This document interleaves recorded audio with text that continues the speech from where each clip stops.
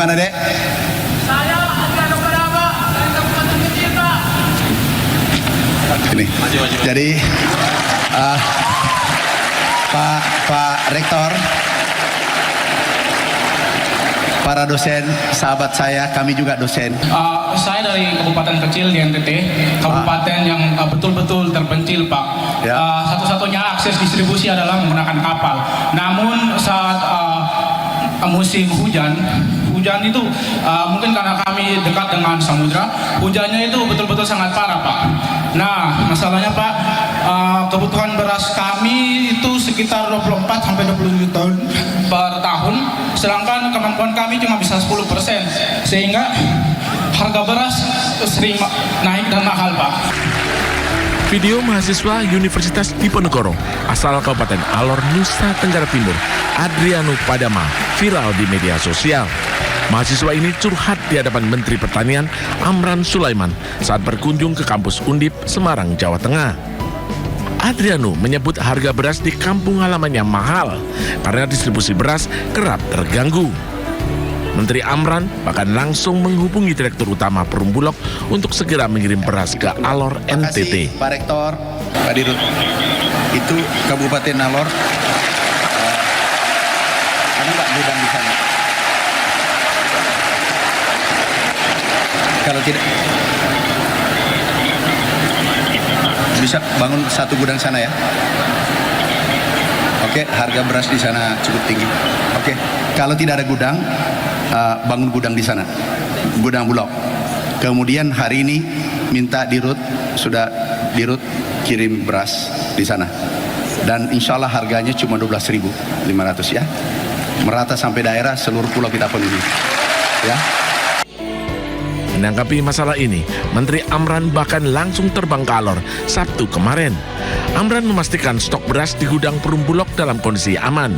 Harga beras saat ini di Alor NTT telah berada di level Rp13.000 per kilogram atau setara dengan harga beras di Jakarta.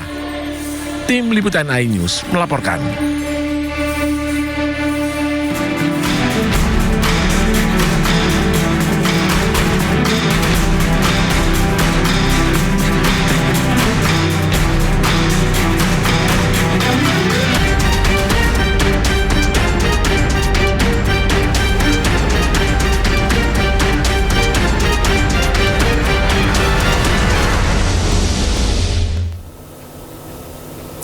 Presiden Prabowo Subianto mengusulkan nama calon tunggal Gubernur Bank Indonesia yaitu Destri Damayanti. Destri saat ini menjadi pejabat sementara Gubernur BI. Pemerintah resmi menyampaikan usulan nama calon Gubernur Bank Indonesia hari ini ke DPR. Usulan ini dituangkan lewat surat Presiden yang sudah diserahkan ke pimpinan DPR. Selain itu, pemerintah juga menyetor nama satu calon deputi gubernur senior dan juga calon deputi gubernur.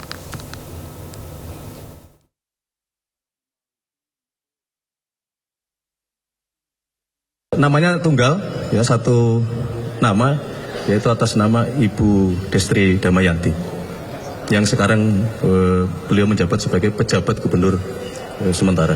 Besok secara resmi pimpinan DPR pasti akan menyampaikan kepada teman-teman media dan kepada masyarakat. Destri saat ini menjabat sebagai Gubernur sementara Bank Indonesia usai gubernur sebelumnya Peri Warjio mengundurkan diri. Presiden Prabowo sendiri telah resmi menerima pengunduran diri Peri dari jabatan Gubernur Bank Indonesia. Pemerintah mengapresiasi atas pengabdian Peri yang memimpin Bank Sentral selama sekitar 7 tahun.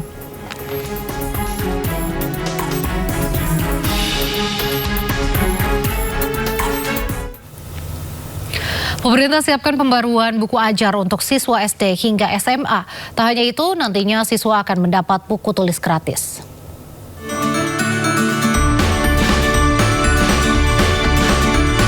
Siswa sekolah dasar hingga sekolah menengah pertama akan mendapatkan buku ajar baru.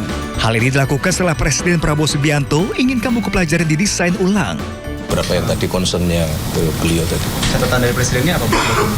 Ya tadi yang pertama masalah nasionalisme kebangsaan.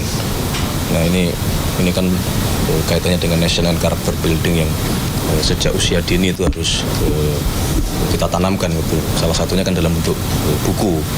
Kedua, mengejar ketertinggalan di bidang sains dan teknologi, basicnya adalah salah satu concern beliau adalah matematika.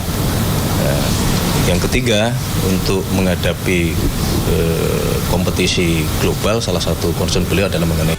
Tak hanya itu, rencananya nantinya pemerintah juga akan membagikan buku tulis gratis bagi siswa. Gerakan gemar membaca pun akan gencar dilakukan seluruh sekolah di Indonesia. Tim Liputan iNews melaporkan. Alami defisit anggaran dan belum mencairkan dana bagi hasil. Pemerintah Provinsi Jawa Barat bersama DPRD Jawa Barat menyiapkan pinjaman daerah. Pinjaman mencapai 3,4 triliun rupiah untuk menutup defisit APBD 2026 dan menjaga program prioritas tetap berjalan.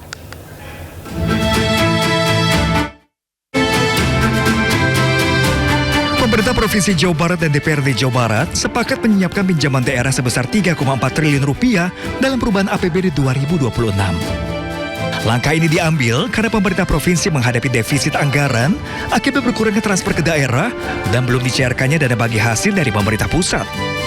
Pinjaman akan diajukan melalui PT SMI apabila dana dari pemerintah pusat tetap belum diterima. Masih kita kaji, ya masih kita komunikasikan, siapa tahu ada rezeki mendadak. Ya, saya masih berharap, saya sudah berkomunikasi, misalnya yang 1,2 triliun, saya mohonkan untuk bisa tahun ini dibayarkan. Ya mudah-mudahan saja, saya yakin Menteri Keuangan juga sangat paham terhadap pembangunan di Jawa Barat. Mudah-mudahanlah semuanya komunikasinya lancar. Iya, kalau tidak cair dari pemerintah pusat, ya kita ngajuin 3,4 triliun. Kalau tidak cair ya, kalau cair tidak usah pinjam. Berkurangnya transfer ke daerah mencapai 2,458 triliun rupiah, sementara kurang salur dana bagi hasil tahun 2023 hingga 2025 mencapai sekitar 4 triliun. Kini baru 1,222 triliun yang memiliki dasar peraturan namun belum diterima pemerintah provinsi. Per hari ini kita harus realistis, faktanya TKD berkurang, yang kurang salur dari 4 triliun itu sudah ada Permen KU-nya, Permenko 120 2025 1,22 triliun dan itu pun tidak ada dananya. Sementara pembangunan semua terus berjalan, Pemprov dan DPRD sepakat program-program tidak kita kurangi. Jadi program-program tidak ada yang kita kurangi, ya tapi kita ada membuat skala prioritas ya. Dan untuk itu kita melakukan pinjaman daerah sebesar 3,4 triliun ke PT SMI. Pemerintah provinsi menargetkan pembangunan prioritas tetap berjalan sambil menunggu kepastian pencairan dana bagi hasil dari pemerintah pusat. Dari Bandung, Jawa Barat, Ervan David, iNews melaporkan. Sebanyak 546 pemerintah daerah mendapat tambahan transfer ke daerah atau TKD dengan total 18,9 triliun rupiah dari pemerintah pusat. Menteri Dalam Negeri Tito Karnavian memastikan tambahan anggaran tersebut dapat membantu daerah memenuhi belanja pegawai, terutama untuk pembayaran gaji pegawai pemerintah dengan perjanjian kerja P3K.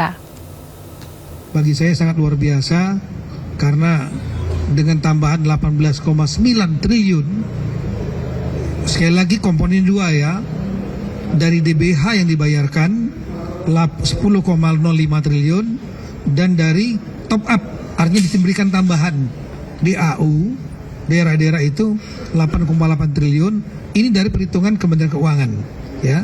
Kementerian Keuangan ini saya sangat yakin sangat banyak bisa membantu daerah-daerah terutama dalam rangka untuk satu, memenuhi belanja pegawai, terutama yang P3K. Jadi nggak ada istilah P3K dirumahkan atau nggak dibayar dengan ada tambahan ini. Ini sudah selesai sebetulnya. Yang kedua adalah